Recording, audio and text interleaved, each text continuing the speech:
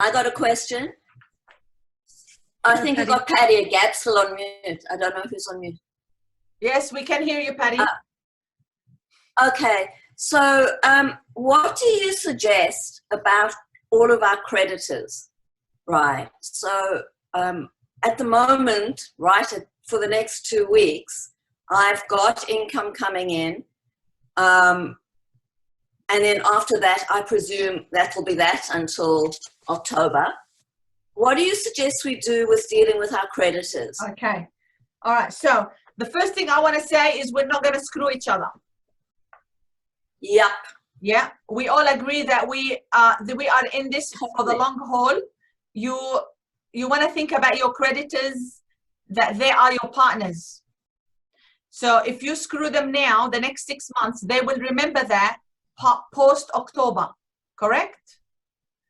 So yeah. You need to weigh how you're going to pay them. So the first thing you need to do before you work out who you're going to pay and how much you're going to pay, and I suggest you pay your creditors, but you want to communicate with them and say, we're all in this, first of all, we're all in this together. We want to honor the payments because right now, no one can come and sue you for not paying your bills. Part of the government initiative is to actually stop, because right now, anyone can bankrupt your business and take you to administration and close your company down if you owe them up to $2,000 debt. The government has increased that up to 20. They can't come and fold your business. So that means we have to all honor each other's debts.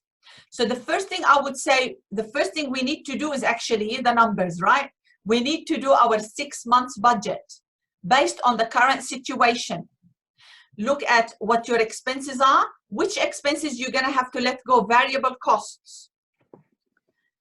You have to deal with, like, you know, Patty, you've already sent a message to your landlord. Can you withhold charging me rent for the next 6 months, 3 months?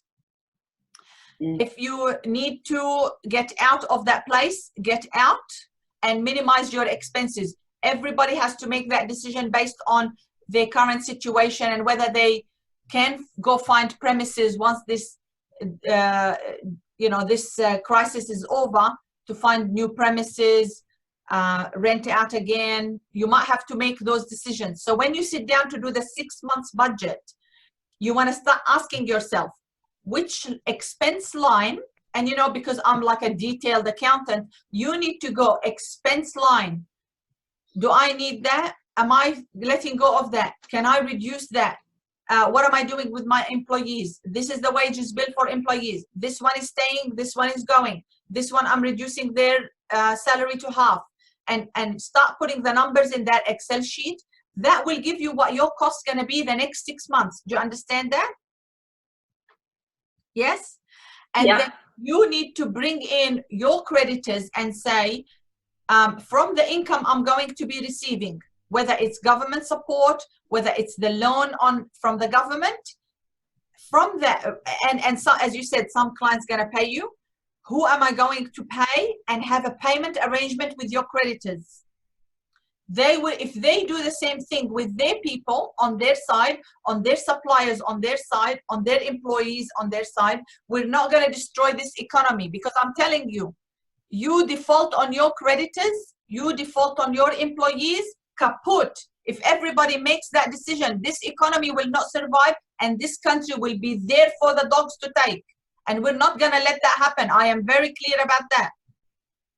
So look at your creditors and go, look, if I owe you $1,000, I'm going to pay you the next 6 months, blah, blah, blah, $200 a month for the next 6 months. And I want to pay you because I don't want to screw you, because I don't want to get screwed. If you believe in karma and if you believe in this stuff, please look at all your creditors and start working out with them a payment plan. And communication is key, by the way. If you don't communicate with your clients, you don't communicate with your creditors, that this is going to do, it's going to build more anxiety for people and the people that deal with you, right? We don't want to do that because this is not for the long term. If it's for the long term, I would say go for your life, right? every man is for himself, right? But this is not for the long term. So we need to keep our relationships with the people around us intact unless you hate them.